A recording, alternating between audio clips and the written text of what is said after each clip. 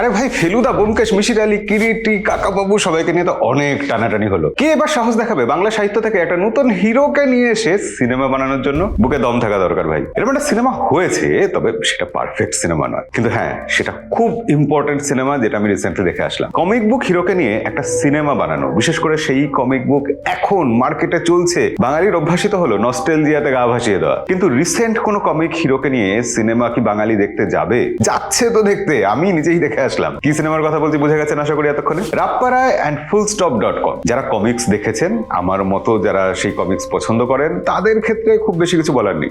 তার আগে এক্সপিরিয়েন্স করে আসুন। মনে রাখবেন, এটা কিন্তু কোনো স্টোরি বুক পড়ছেন না, কোনো কমিক্স না, কোনো সাহিত্য নয়। এটা একটা সিনেমা, আলাদা মিডিয়াম, আলাদা মাধ্যম, যেখানে গল্পটা বলা হচ্ছে এবং সেখানে সেই সিনেমার মতো উপযুক্ত করে গল্পটা বলা হচ্ছে। কিন্তু রাপ্পারায়ের এসেন্স চলে যায়নি। গল্পটা ঘুরে রাপ্পারায় নামক এক কমিক আর্টিস্টকে নিয়ে। সে হঠাৎ করে জড়িয়ে পড়ে একটা ডার্ক ক্রাইম ভরা দুনিয়াতে। সামনে আসে একটা রহস্যময় নেটওয়ার্ক, fullstop.com। এখানে আছে cyber crime, underworld connection, thrill আর বেশ একটুখানি অ্যাডভেঞ্চার। তবে হ্যাঁ, গল্পটা কিন্তু এমনি ঘোরে না, গল্পটা ঠিকঠাক ফোকাস ধরে রাখতে পেরেছে। অর্পণ ঘোষালকে রাপ্পারায় হিসেবে ভালো মানিয়েছে, তবে তাকে আরো বেশি ভালো মানাবে যদি তিনি ব্যোমকেশ সাজেন, ইয়াং ব্যোমকেশ। কিন্তু গল্পের সাপোর্টিং কাস্ট আর ভিলেন বেশ ইম্প্যাক্ট ফেলেছে সিনেমাটা। কিছু দৃশ্যে খলনায়ক এত ভালো যে লিড অ্যাক্টর সেই একটু যেন চাপা পড়ে যায়। অবশ্য রচধাপ দত্ত, শান্তিলাল মুখার্জির মতো অ্যাক্টর থাকলে এটা হতেই পারে। কিন্তু এই সিনেমার সবথেকে বড় প্লাস পয়েন্ট আমার যেটা লেগেছে, সেটা হচ্ছে এই সিনেমার টোনটা। পুরোপুরি কমেডিও না, আবার একেবারে ডার্ক থ্রিলার এরকমও না। একটা গ্রাফিক নোভেল টাইপের ফিল দেওয়ার চেষ্টা কিন্তু আছে।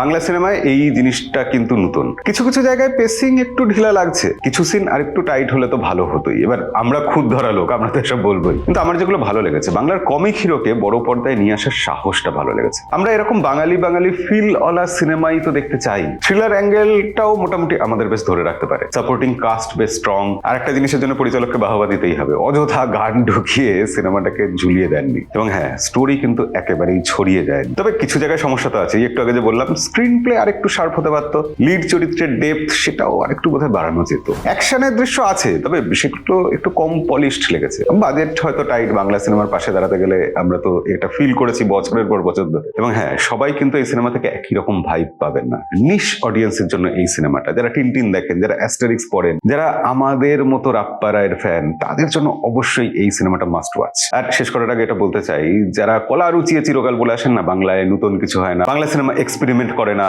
তাদের উচিত এই সিনেমাটা গিয়ে দেখা। যারা থ্রিলার পছন্দ করেন, তাদেরও সিনেমাটা কিন্তু ভালো লাগবে। একবার ওয়াচের জন্য তো আমি অবশ্যই এই সিনেমাটাকে রেকমেন্ড করবো। তবে হ্যাঁ, তুমি যদি খুব রিয়েলিস্টিক ড্রামা খোঁজো, একেবারে পুষ্পা টাইপের কোনো মুভি, ড্রামাটিক কিছু খোঁজো, তাহলে এই সিনেমা তোমার জন্য নয়। রাপ্পারায় অ্যান্ড fullstop.com একটা সাহসী চেষ্টা। সব জায়গায় নিখুঁত নয়, কিন্তু বাংলা সিনেমার ইতিহাসে এই সিনেমাটা একটা উল্লেখযোগ্য ভূমিকা রাখতে পারে। যারা রাপ্পারায় দেখেছো বা যারা দেখোনি, কমেন্টে লিখে জানাও রাপ্পারায় কমিক্স কখনো পড়েছো কিনা, সিনেমাটা দেখে থাকলে কেমন লেগেছে, ইত্যাদি ইত্যাদি। আর এরকম আনবায়াসড অন্যরকম মতামত শোনার জন্য আমাদেরকে ফলো করে রেখো। দেখা হবে পরের ভিডিওতে। ততদিন অব্দি সবাই ভালো থেকো, সিনেমা দেখো।